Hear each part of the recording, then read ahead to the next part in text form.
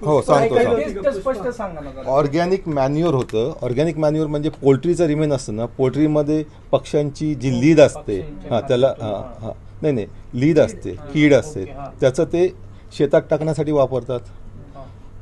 ज्या कोंबड्या असतात ते कोंबड्यांची शीट असते, लीद हे असते, विष्ठा असते, ती फर्टिलायझर म्हणून वापरतात.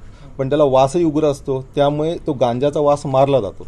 म्हणून जनरली कुठल्याही कन्साइनमेंट जेव्हा आणतात गांजाच्या वगैरे, त्यावेळी त्या कन्साइनमेंटमध्ये कुठला तरी स्ट्रॉंग वास असलेली कन्साइनमेंट कवर कन्साइनमेंट म्हणून आणतात. की जसं मिरच्या आहेत, मिरची असेल तर मिरचीचा वास गांजाच्या वासाला मारतो. हे साधारणतः मोडस ऑपरेंड आहे. आता तुम्ही जर काय माझ्याकडे फोटो आहेत, मी तुम्हाला फोटो आहेत या तुम्हाला दिसतील की त्या ऑर्गॅनिक मॅन्युअरच्या आहेत, आणि खाली जी कन्साइनमेंट आहे या सगळ्या गांजाच्या कन्साइनमेंट आहेत. या डार्क कलरची कन्साइनमेंट आहेत ते ब्राऊन कलरची, ती गांजाची कन्साइनमेंट आहेत आतमध्ये खाली, आणि वरती या आहेत या सगळ्या कन्साइनमेंट आहेत त्या ऑर्गॅनिक मॅन्युअरच्या आहेत. आणि हा ट्रक आहे, आता हे बघा, हे असं आता इथे स्पष्ट दिसतं, खालची सगळं लपून ठेवलेलं आहे बघा, आणि वरती टाकलेलं आहे हे सगळ्या ऑर्गॅनिक मॅन्युअरच्या आहेत. आणि हा असा ट्रक दिसतो. पुण्यात कन्झम्पशन आहे गांजाचं, आणि पुण्यात आमच्या केसेस होत असतात. बऱ्याच वेळा याच्यातला जो जनरली आम्ही हे करतो की महाराष्ट्रात शिरतानाच पकडतो, पण तो आधी कुठे, कारण बऱ्याच वेळा कन्साइनमेंट येते आणि मग ती डिस्ट्रीब्यूट होत जाते सगळ्या ठिकाणी. पुण्यापर्यंत वाट बघितली तर ती बरीचशी कन्साइनमेंट ऑलरेडी डिस्ट्रीब्यूट होऊन गेलेली असेल. तर त्याच्याऐवजी आम्ही असं करतो की जिथे आम्हाला शक्य असेल, बॉर्डर जवळच जिथे आमची हद्द चालू होती, शक्यतो सोलापूरच्या बॉर्डरवर वगैरे आम्ही पकडतो ती कन्साइनमेंट, जेणेकरून आम्हाला मॅक्झिमम कन्साइनमेंट इंटॅक्ट मिळते.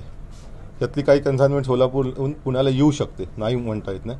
पण आत्तापर्यंतचा असा अनुभव आहे, सोलापूर आणि मराठवाड्याच्या आजूबाजूच्या जिल्ह्यात, धाराशिव वगैरे त्या भागात MDच्या निषेधी चालू आहेत. MDचं काय झालं, MDचं मॅन्युफॅक्चरिंगसाठी जे रॉ मटेरियल लागतं आणि मॅन्युफॅक्चरिंग जी प्रोसेस आहे ती बऱ्याच लोकांना आजकाल यायला लागले, आणि त्यासाठी लागणारी इक्विपमेंट काय खूप जास्ती रॉकेट टेक्नॉलॉजी नाही आहेत. त्यामुळे ते मॅन्युफॅक्चरिंग कुठल्याही बंद झालेल्या केमिकल युनिटमध्ये किंवा अशा ठिकाणी कुठेही चालण्याची हे असते, शक्यता असते. आणि तशाच टाईपची युनिट्स जे सापडलेले आहेत इन्व्हेस्टिगेशनमध्ये ते अशाच प्रकारची आहेत. त्या दृष्टीने आमचे ते सतत चालू असते, इट्स ऑन गोईंग.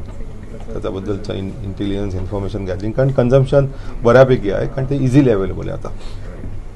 त्यासाठी आपली स्पेशल पथकं, कारण काय की अलीकडच्या काळात ज्या काही हे सगळ्या गोष्टी आहेत ना, ह्या इंटेलिजन्स बेस्ड असतात. त्यासाठी टीम्स असतात, पण त्यासाठी इंटेलिजन्स इन्फॉर्मरचं नेटवर्क खूप ॲक्टिवेट करायला लागतं. त्या दृष्टीने चालू आहे काम. ठीक आहे.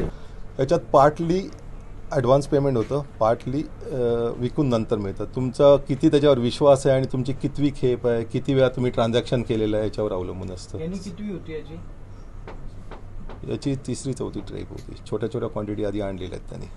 की इट वॉज त्याच्यासाठी ती पोल्ट्रीची कन्साइनमेंट होती मॅन्युअरची. त्याच्या खाली जर तुम्ही आता हा कन्साइनमेंट कन्सील केलेलं, तर ते तुमच्या बघितल्यावर तुमच्या लक्षात येईल की इट वॉज मोर ऑफ हां इन्फॉर्मेशन मिली, स्पेसिफिक इन्फॉर्मेशन ती. तो उस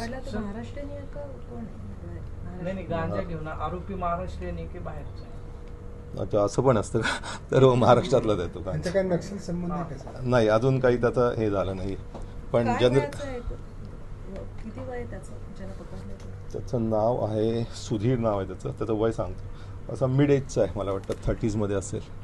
तो ओडिसाला गेलेला, त्याने त्याबरोबर ड्रायव्हर होता.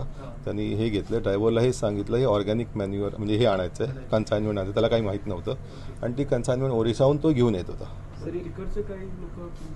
तर तिकडे त्याची काय म्हणतात, त्यांनी कुठून आणलं आहे, काय आणलं आहे, तिकडे ती इन्व्हेस्टिगेशन चालू आहे ना, चालू होईल तिकडे. सर ये कंसाइनमेंट जो परचेज करने वाला था उनका कोई डिटेल्स है क्या? उसका नहीं डिटेल अभी तो मतलब रिवील करने लायक डिटेल नहीं है कोई. जो कॉन्क्रीट कुछ आएगा तभी बताएंगे.